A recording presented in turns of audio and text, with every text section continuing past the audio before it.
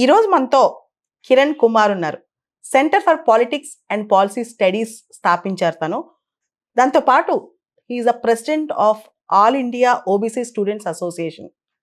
నాకు దాదాపు more than 10 years 15 సంవత్సరాలు అయిందా కిరణ్ మన ఇద్దరం కలిసి? 2011 నుంచి మనం కలిసే ఉన్నాం. కిరణ్కి సెన్సస్ గురించి, ముఖ్యంగా కాస్ట్ సెన్సస్ అవసరమా, ఇలాంటి చాలా అంశాల మీద సామాన్య ప్రజల్లోకి విశ్లేషణ తీసుకెళ్ళటం అనేది తన ప్యాషన్. చాలా వరకు అలాంటి డిబేట్స్లో ఉంటారు.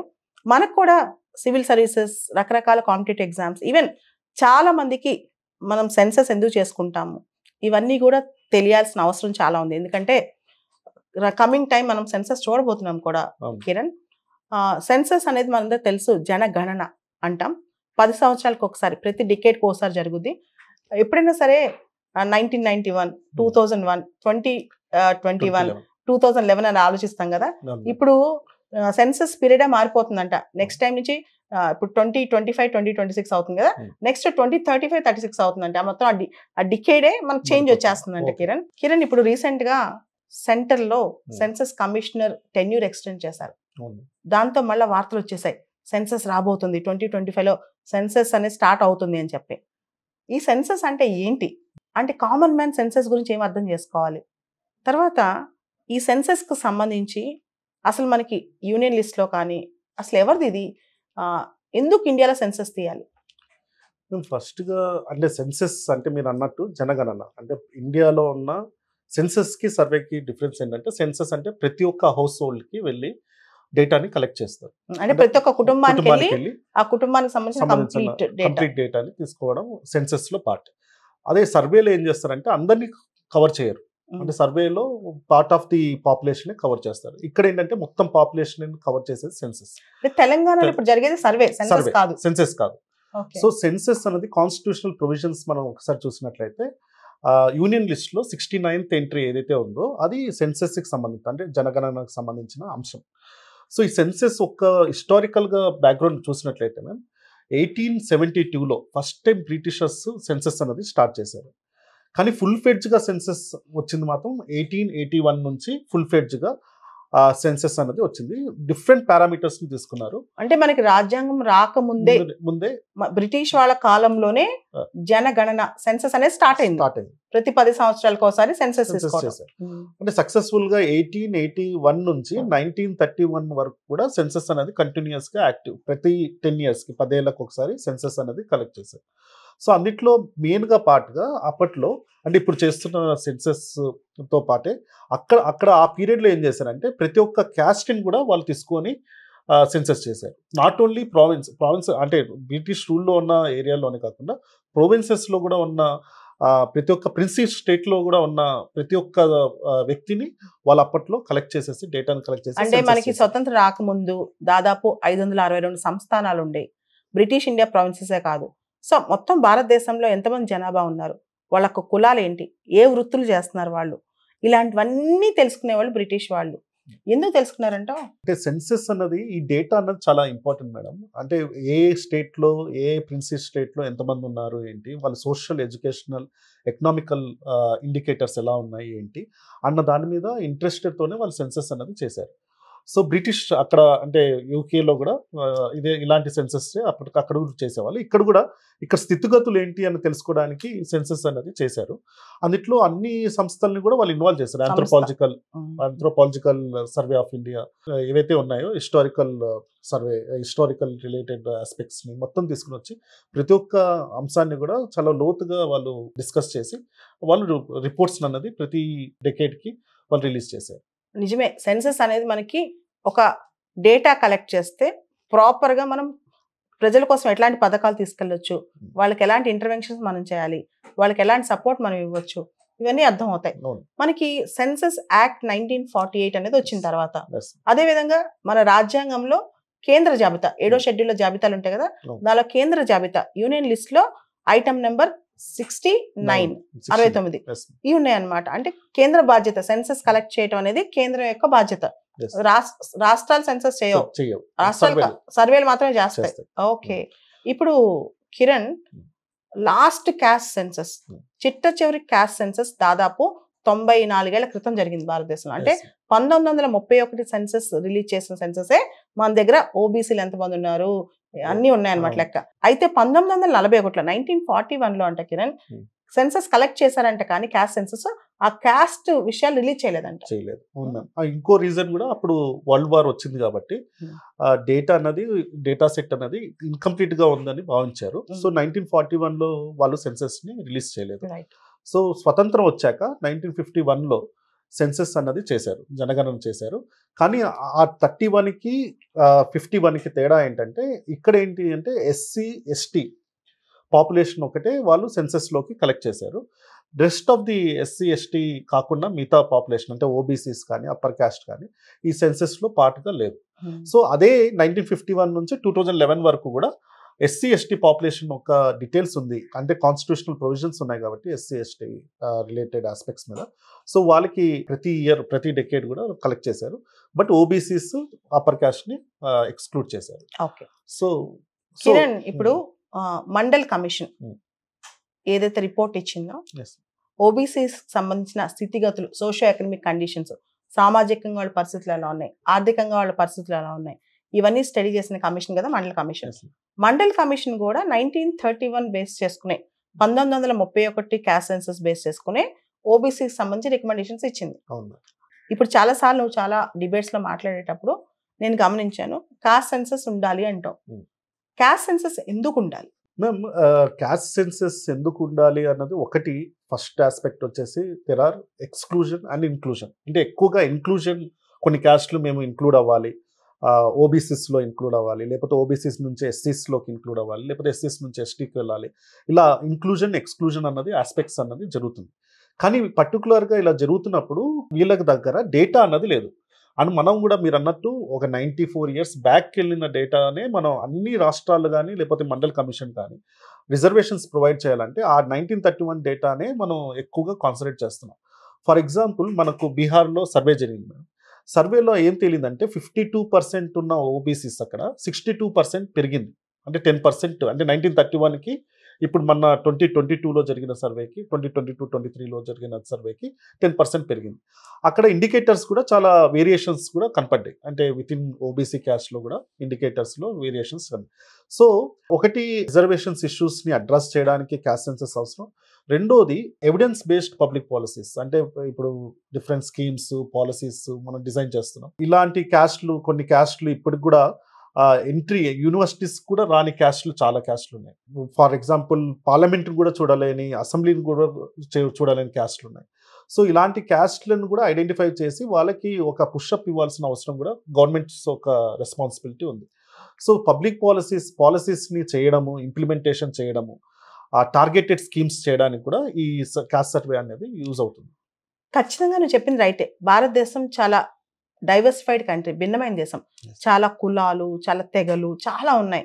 నిజంగా ఎవరు ఎంతమంది ఉన్నారు తెలిస్తే టార్గెట్ గా, అంటే వాళ్ళని చాలా బాగు చేయొచ్చు. పాజిటివ్ గా నేను చెప్పింది ఐడియా చాలా బాగుంది. కానీ చాలా మంది విమర్శ ఏంటంటే, ఒక్కసారి కాస్ట్ సెన్సస్ లో జనాభా గణనలో కుల గణన అనేది చేస్తే, కులాలను గనక మనం తీసుకుంటే దానివల్ల వెస్టెడ్ ఇంట్రెస్ట్, ఈ కులం ఎక్కువ ఉన్న జనాభా, ఈ కులాన్ని ఎక్కువ అడ్రస్ చేయాలి, లేదా పొలిటికల్ ఓట్ బ్యాంక్ కోసం పలానా కులాన్ని వాడుకోవాలి, లేదా ఒక కులం మీద హేట్రెడ్ ప్రమోట్ చేయాలి, అలాంటివి జరిగే ప్రమాదం లేదా కిరణ్? మ్యామ్, అందుకనే మేడం ఇందులో కాన్ఫిడెన్షియాలిటీ మ్యాటర్ అన్నది చాలా ఇంపార్టెంట్. అంటే సెన్సస్ 1948 యాక్ట్లోనే కాన్ఫిడెన్షియాలిటీ మెయింటైన్ చేయాల్సిన అవసరం ఉంది. రెండోది, రిపీటెడ్గా కోర్ట్స్ ఈ క్వాంటిఫైయబుల్ డేటా, ఈ కులాల వారీగా ఉన్న సోషల్, ఎడ్యుకేషనల్, ఎకనామికల్ ఇండికేటర్స్ ఏమున్నాయి అన్నది ఇందిరాషాని కేసు నుంచి కూడా రిపీటెడ్గా అడుగుతున్నాయి. అంటే ఇందిరాషాని కేసు అంటే మండల్ కమిషన్. ఇప్పుడు ఇందిరా సహానే కేసులో రిజర్వేషన్స్ కి 50% క్యాప్ ఉండాలని చెప్పారు. తర్వాత ఆల్మోస్ట్ చాలా రాష్ట్రాల్లో 50% క్యాప్ దాటిపోయింది. కొన్ని సందర్భాలు ఈ సుప్రీంకోర్టు దాకా వెళ్ళటం, ఉదాహరణకి మరాఠా రిజర్వేషన్స్ కానీ ఇలాంటివి సుప్రీంకోర్టు వాటిని కొట్టేయడం జరుగుతుంది. ఇప్పుడు ఈ ఎక్కువ కుల గణన చేసి కులాల ఆధారంగా రిజర్వేషన్స్ ఎక్కువ పెంచారనుకో, 50% దాటిందనుకో, అప్పుడు పరిస్థితి ఏంటి కిరణ్? మేము ఆల్రెడీ మనకు ఒక ఎగ్జాంపుల్ ఉంది మ్యామ్. తమిళనాడులో 69% రిజర్వేషన్స్. వాళ్ళు ఏం చేశారంటే వాళ్ళ యాక్ట్స్ ఏవైతే ఉన్నాయో రిజర్వేషన్ రిలేటెడ్ యాక్ట్స్ని Schedule 9లో పెట్టుకున్నారు. Schedule 9 ఆఫ్ ఇండియన్ కాన్స్టిట్యూషన్లో, రాజ్యాంగంలో పెట్టడం వల్ల 9th షెడ్యూల్లో పెట్టడం వల్ల కోర్ట్స్ ఇంటర్ఫియరెన్స్ లేకుండా ఉంటుంది. కానీ బేసిక్ స్ట్రక్చర్ కాన్సెప్ట్లో courts can also interfere in the schedule 9 aspects మీద. బట్ స్టిల్ తమిళనాడులో ఒక కేసు ఉంది 69% రిజర్వేషన్. బట్ మీరు అన్నట్టు రిపీటెడ్గా మరాఠా కోటాలో కానివ్వండి, లేకపోతే డిఫరెంట్ అదర్ కోటాస్లో కానీ, లోకల్ బాడీస్ ఇష్యూస్లో కానివ్వండి, సుప్రీంకోర్టు రిపీటెడ్గా మనకు కృష్ణమూర్తి కేసు తీసుకున్నాం అనుకో 2010లో రిపీటెడ్గా చెప్పారు 50% రిజర్వేషన్స్ దాటకూడదు, సీలింగ్ ఉంది అని అన్నారు. కానీ అదే ఇందిరా షహానీ కేసులో ఏం చెప్పారంటే, if governments can prove with quantifiable data backwardness of కులాలు ఏవైతే ఉన్నాయో వాళ్ళు backwardness, social and educational backwardness చూపిస్తే కనుక వాళ్ళు చేసుకోవచ్చు అనేసి జడ్జిమెంట్లోనే మళ్ళీ పెట్టారు. 50% క్యాప్ పెడుతూనే ఒక రిడిల్ కింద వీళ్ళు ఏం చేశారంటే జడ్జిమెంట్లో క్వాంటిఫైబుల్ డేటా కనుక ఉన్నట్లయితే ప్రూవ్ చేసుకోగలిగితే అది కోర్ట్స్లో కూడా అది సబ్స్టాన్షియేట్ అయ్యే ఛాన్సెస్ ఉన్నాయని కూడా చెప్పారు. సో 50% సీలింగ్ అంటే ఇప్పుడు మీరు చూడొచ్చు చాలా మంది బ్రేక్ 50% సీలింగ్ అన్నది సోషల్ మీడియాలో చాలా వరకు డిబేట్ అవుతున్న కాన్సెప్ట్. స్పెషల్లీ ఓబీసీ సెక్షన్స్లో నుంచి ఈ 50% సీలింగ్ అనేది ఇంపాక్ట్ అవుతుంది మేడం. ఎందుకంటే వీళ్ళ పాపులేషన్ 52% ఉండడం అంటే మండల్ కమిషన్ ప్రకారంగా, కానీ రిజర్వేషన్ 27% రావడం. ఆఫ్టర్ ఈడబ్ల్యూఎస్ కోటా 10% కోటా వచ్చిన తర్వాత వీళ్ళు కూడా ఏం they started demanding for their equal proportionate reservation. But మనకు మొన్న జరిగిన పాట్నా హైకోర్టులో అంటే బీహార్లో వాళ్ళు పెంచాక పాట్నా హైకోర్టు అనేది స్టే ఇచ్చాక వాళ్ళు ఏం చెప్పారంటే ప్రాపర్ అనాలిసిస్ చేయలేదు. మీరు కలెక్ట్ చేసిన డేటాలో బీహార్లో అనాలిసిస్ చేయలేదు అనేసి చెప్పారు. అదే వాళ్ళ ఆ జడ్జిమెంట్లోనే మండల్ కమిషన్ రిపోర్ట్లో ఒక ఆంథ్రోపాలజిస్టు, ఒక సోషాలజిస్టు వీళ్ళందరూ కలిసి ఒక సిస్టమేటిక్ అనాలిసిస్ చేసేసి వాళ్ళు ఇండికేటర్స్ తీసుకుని వచ్చారు. బ్యాక్వర్డ్నెస్కి సంబంధించిన ఇండికేటర్స్ చూపించగలిగారు. కానీ మీరు ఇక్కడ జరిగిన బీహార్లో జరిగిన కులగ గణన ఏదైతే ఉందో, సర్వేలో ఏదైతే ఉందో అందులో మీరు ప్రూవ్ చేయలేకపోయారన్న ఒకే ఒక లైన్ మీద వాళ్ళకి అక్కడ స్టే పెట్టారు. సో ఆ జడ్జిమెంట్ నుంచి మనం కూడా ఇక్కడ తెలంగాణలో నేర్చుకోవాల్సిన అవసరం ఉంది. So proper analysis of data. Kiran, మరి ఎందుకు క్యాస్ట్ సెన్సస్ కి గవర్నమెంట్ ముఖంగా లేదు మ్యామ్? ఇక్కడ ఒక 2 ట్రస్టులు ఉన్నాయి మేడం. ఒకటి యూనియన్ గవర్నమెంట్, ఇప్పుడున్న union government BJP government when they were in opposition 2014 ముందు క్యాస్ట్ సెన్సస్ 2011లో జరగాలనేసి బీజేపీ ఎంపీస్ పార్లమెంట్లో వాళ్ళు డిమాండ్ చేశారు. ఆ తర్వాత వాళ్ళు 2018 రాజ్నాథ్ సింగ్ యూనియన్ మినిస్టర్గా ఉన్నప్పుడు నెక్స్ట్ సెన్సస్లో అంటే 2011 సెన్సస్లో కులగణన చేస్తాము, క్యాస్ట్ సెన్సస్ చేస్తాము అనేసి చెప్పారు. కానీ ఇప్పుడున్న గవర్నమెంట్ అనేది ఓకల్గా అంటే పబ్లిక్లో వచ్చేసి స్టేట్మెంట్స్ అయితే ఎక్కడ చేయలేదు. అంటే మేము వీఆర్ అపోజింగ్ క్యాస్ట్ సెన్సస్ అనేసి. బట్ డిలే అవుతుంది, ప్రాసెస్ అనేది డిలే అవుతుంది ఒకటి అక్కడ. కానీ రాష్ట్రాల్లో చూసుకున్నట్లయితే మీరు ఇందాక చెప్పినట్లు ఇంతకుముందు బీహార్లో జరిగిన కులగణన క్యాస్ట్ సర్వేలో అక్కడ బీజేపీ కూడా సపోర్ట్ చేసింది, బీజేపీ పార్టీ సపోర్ట్ చేసింది. ఇక్కడ కూడా తెలంగాణ కానీ లేకపోతే కర్ణాటకలో జరిగిన సెన్సస్లో కానివ్వండి, ఇక్కడ తెలంగాణలో కానీ ఎక్కడ కూడా బీజేపీ పార్టీ ఆన్ పేపర్గా అంటే ఆన్ ప్రెస్ మీట్గా పెట్టేసి సర్వేని మాత్రం ఎక్కడ అపోజ్ చేయలేదు. కానీ లోపాలు మాత్రం ఇంప్లిమెంటేషన్లో లోపాలు ఉన్నాయని మాత్రం చెప్పగలిగారు. బట్ మేము కూడా ఎక్స్పెక్ట్ చేస్తున్నది ఏంటంటే ప్రెషర్ అనేది బిల్డప్ అవుతుంది. డిఫరెంట్ అసోసియేషన్స్, మాలాంటి associations, employees associations, opposition parties, specially Rahul Gandhi ఇప్పుడు ఈ కాన్సెప్ట్ అంటే క్యాస్ట్ సెన్సస్ అనేది ప్రతి ఒక్క ఎలక్షన్ డిబేట్లో కూడా ఆయన లేవనెత్తుతున్నారు.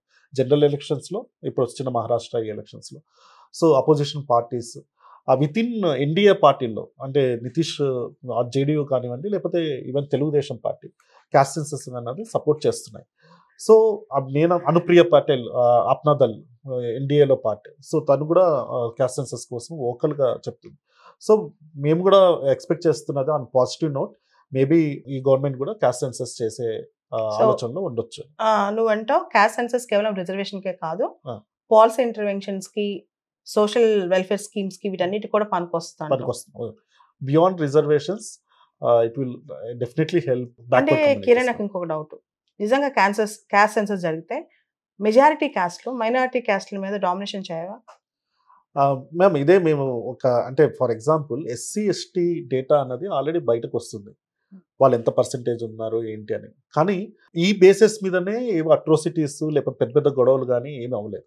ఇన్ఫ్యాక్ట్ ఆ డేటా అన్నది ఆ కమ్యూనిటీస్లో అంటే ఆ ఎస్సీస్లో కానీ లేకపోతే ఎస్టీస్లో కానీ వాళ్ళు డేటా క్వాంటిఫై చేసుకుని ఇప్పుడు ఎంఆర్పిఎస్ కానీ లేకపోతే రీసెంట్గా వచ్చిన జడ్జ్మెంట్ సబ్ కేటగరైజేషన్ మీద వచ్చిన డేటా, ఇవన్నీ కూడా highly dependent on the census data. So ఆ బేసిస్లోనే వాళ్ళు బిల్డప్ చేసుకున్నారు ఆర్గ్యుమెంట్స్. మీరు అంటారు ఒక ప్రాపర్ డేటా ఉంటే మనం చాలా మార్పు తేవచ్చు.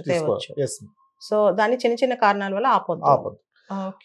ఇంకోటి, ఇది ఈ డివిజన్ అవ్వే ఛాన్సెస్ అనేది లేదు మేడం. ఈ డేటా రావడం వల్ల గవర్నమెంట్కి ఇంకా వాల్యుబుల్ ఇన్ఫర్మేషన్ వచ్చే ఆస్కారం ఉంటుంది. సో ఈ బ్యాక్వర్డ్ క్లాసెస్ ఏవైతే ఉన్నాయో ఇవి డెవలప్మెంట్ దిశగా రీచ్ అవ్వడానికి ఆస్కారం ఉంటుంది మేడం. ఈ పర్టికులర్లీ మోస్ట్ బ్యాక్వర్డ్గా ఉన్న కమ్యూనిటీస్ వీళ్ళు కనుక డెవలప్ అవుతే కనుక దేశం కూడా డెవలప్ అవ్వడానికి ఆస్కారం ఉంటుంది. సో అది మా మెయిన్ ఆర్గ్యుమెంట్స్ అంతా డిపెండ్, మూమెంట్ లో ఉన్న ఆర్గ్యుమెంట్స్ అంతా ఈ డేటా మీద. సో రాబోయే సెన్సస్ లో కాస్ట్ సెన్సస్ ఉంటే బాగుంటుందని నువ్వు భావిస్తున్నావు. Yes ma'am. Okay, very good Kiran. నీ ఆర్గ్యుమెంట్ ఒక సైడ్ ఆఫ్ ఆర్గ్యుమెంట్, అది ఎవరి ఒపీనియన్ వాళ్ళకు ఉండొచ్చు. కిరణ్ చెప్పే ఒపీనియన్లో ఏంటంటే ఒకవేళ కనుక మనం కాస్ట్ సెన్సస్ తీసుకుంటే ఆ డేటా మనకి చాలా చాలా విషయాల్లో ఎవిడెన్స్గా ఉపయోగపడుతుంది, చాలా ఇంటర్వెన్షన్స్కి ఉపయోగపడుతుంది అని చెప్తున్నారు. చూద్దాం మరి గవర్నమెంట్ ఎలాంటి నిర్ణయం తీసుకుంటుందో కాస్ట్ సెన్సస్ విషయం. సో చివరిగా మాకెప్పుడు ఆస్కారం రాలేదు. మీరు పర్టికులర్గా మార్జినలైజ్ సెక్షన్స్, తర్వాత PWD students, PWD aspirants, so ఎవరైతే మార్జినలైజ్డ్ ఉన్నారో వాళ్ళ తరపు నుంచి మీరు వాయిస్ వినిపిస్తున్నారు. So you discussed on PWD students, reservation issues and social justice issues. So మా తరపు నుంచి కూడా మేము ధన్యవాదాలు తెలుపుతున్నాం మేడం. మీరు ఇంకా keep inspiring us and keep raising voice of voiceless ma'am. Thank you Kiran. Thank you.